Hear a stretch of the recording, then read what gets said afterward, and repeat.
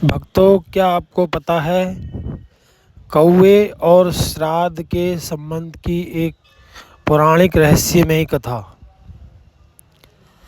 जिस समय रावण का अत्याचार बढ़ रहा था, उस समय सभी देवता छिपने के लिए भिन्न भिन्न तरीके के रूप बनाकर छिपते फिर रहे थे। जैसे पृथ्वी ने गाय का रूप धारण किया, इंद्र आदि देवता सभी पशु पक्षियों के रूप में छुप रहे थे। यमराज को छुपने के लिए कोई स्थान नहीं मिला, तो वह कौवे का रूप बनाकर कौवे में छिप गए। और इसी तरह यमराज के प्राणों की रक्षा करने के कारण यमराज ने कौवे को अमरता का वरदान दे दिया। कौवा अमर रहता है, अपनी स्वाभाविक मृत्यु कौवा कभी नहीं मरता है। इसलिए कौवे को यमराज का ही प्रतीक और यमराज का हितैषी माना जाता है।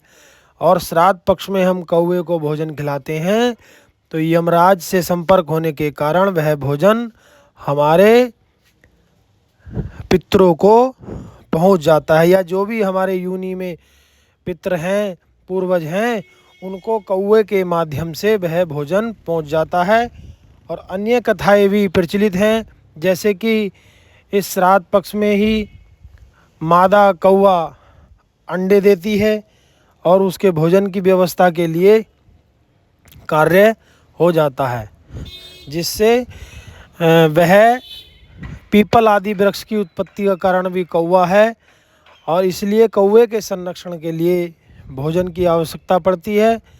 और मुख्य कारण है यमराज का कौवे का रूप धारण करना।